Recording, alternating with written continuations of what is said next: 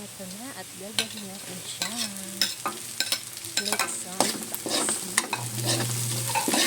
Ayan, naglagasan naman tayo ng bawang sinabi natin. Yes. Late upload ko na ito guys. Late ko na siyang ginawa. Nakatambak lang sa phone ko talaga yung mga video. Hindi ko lang nagawa. Dahil sobrang busy. Ayan yung ating karne. Ayan yung ating litson. Ayan. Hinihiwa natin ng maliliit lang para magkasya sa ating kawali.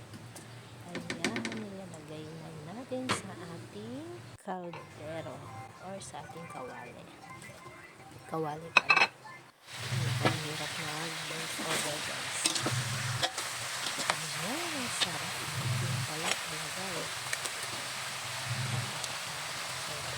Hindi talaga nakakasama yung mix. Promise. Kasi once a year lang naman po kami nakakatikim nito. Once a year. Pag meron Christmas party na gano'n. Kasi hindi naman natin afford na bumili ng mix.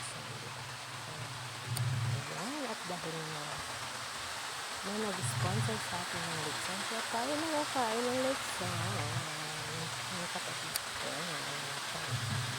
Ayan na. At nagisa na natin. Ayan na. Nilipat ko po siya sa malaking kawali. Kasi maliit yung kanina. Hindi ko na. Kasya naman ka kaya lang. Ang hirap halugyan na lalaglag. Nalagyan na lang siya guys. Ayan. At nilagyan na natin ang ating mga seasoning. At laurel, paminta. Nilagyan din natin na nilagyan natin Mang Tomas. Lagyan natin ng Mang Tomas, ng soy sauce, ng laurel, ng paminta, ng ano-ano pa.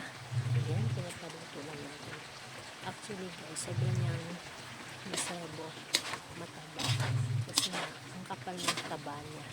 Kaya pero ang sarap ng kanyang balat. Yung talaga ang matapang sa balat niya. Yes. Marami pong salamat sa nag-sponsor ng ating palitson. Thank you so much. At nag-enjoy po kami lahat. At ayan, luto na siya guys.